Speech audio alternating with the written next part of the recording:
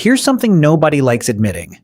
If civilization disappeared tonight, most of us would be dead within a week. And yet, we're still the most successful animal on Earth. Biologically, almost nothing has changed in the machine underneath your skin. So the real question isn't, are we animals? We know we are. The question is, when do we stop acting like it? Stick around. The answer isn't a single moment. It's a slow betrayal. And you're living inside the punchline right now. For about 300,000 years, Homo sapiens lived essentially the same way. Small tribes, constant movement, immediate danger, immediate reward. Your brain, the one reading this sentence right now, was built almost entirely during that stretch. It didn't happen overnight. It happened so slowly nobody noticed. Then agriculture showed up. Then the internet, barely 30 years old. Evolution walks, technology sprints. If human existence were 24 hours, agriculture shows up in the last 3 minutes. The internet, the last half second. Evolution didn't make a mistake. It just never saw modern life coming. That's the mismatch, and it's not one glitch, it's 3. The first one is hiding in something you do every single day without thinking twice about it. Quick thing before we go further. This channel is building an archive of exactly this the instincts evolution forgot to hand you a manual for. If it's useful, subscribing helps grow it. That's it. Back to the mismatch.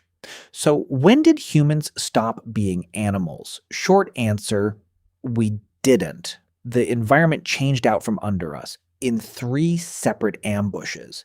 Imagine a hunter, 3 days without food, weak, dizzy, desperate. Then he finds a wild beehive, dripping and full. He doesn't take a little. He eats everything. One ancient rule, when you find something calorie-dense, gorge.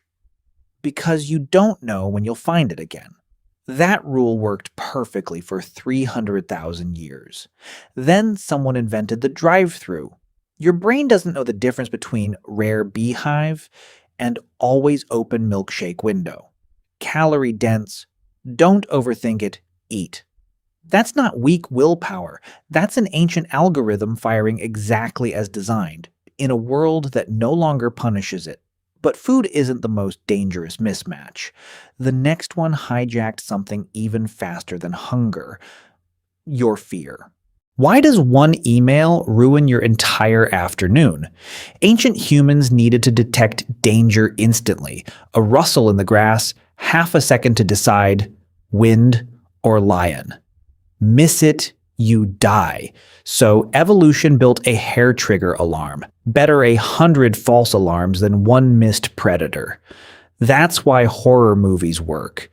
Your brain would rather waste 2 hours being scared than miss 1 real danger. That's why your heart can race during a dream. Ancient survival systems don't care whether the danger is real, only whether it feels real. Now point that exact same alarm at your inbox. A passive-aggressive message fires the same circuit that used to fire for lions. Heart races. Breathing changes. Muscles tighten. The body braces to fight or flee. From a sentence that can't touch you. The wiring's fine. It's just plugged into the wrong outlet. And even that isn't the oldest instinct we're carrying. There's one buried even deeper, and it explains why a stranger's opinion can ruin your whole week.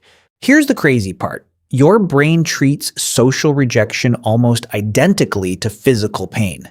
The average prehistoric human knew fewer than 150 people, total, in their entire life. Everyone in that circle knew your name. Your reputation was your survival. Get exiled, you likely die alone. Now you're not measuring yourself against 150 people who know you. You're measuring yourself against millions of strangers who'll forget you in 4 seconds. One sentence from a stranger can feel like exile. But here's where it gets unsettling. These three instincts aren't just misfiring by accident anymore. Someone found out how to pull them on purpose.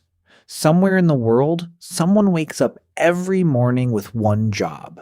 Figure out how to make your Stone Age brain spend one more second, one more dollar, one more click. Every burger, every notification, every endless feed was refined through millions of tiny experiments. On you. You're not fighting bad habits. You're fighting a well-funded opponent who read the same research you're watching right now. So let's go back to this morning. That reach for the phone. Without realizing it, you just checked for predators, food, and tribe approval, using a rectangle made of glass. You are not failing at being a modern human. You're succeeding at being an ancient one, in the wrong century, against an opponent that studies you. So here's the thought I want to leave you with. Not a summary. A splinter. Every uncomfortable urge you feel today isn't proof something's wrong with you. It's proof something ancient is still alive in you. Cities took 6,000 years to build. Your instincts needed 300,000 to form. That gap never closed. It just went quiet, hiding under sneakers and skyscrapers and Wi-Fi signals. So next time an urge hits that feels irrational, the doom scroll, the craving, the sting of being left on red, don't ask what's wrong with me. Ask a better question. What ancient alarm just went off in a world that no longer speaks its language? Your ancestors listened for lions. You listen for vibrations in your pocket. The lion disappeared. The instinct never did.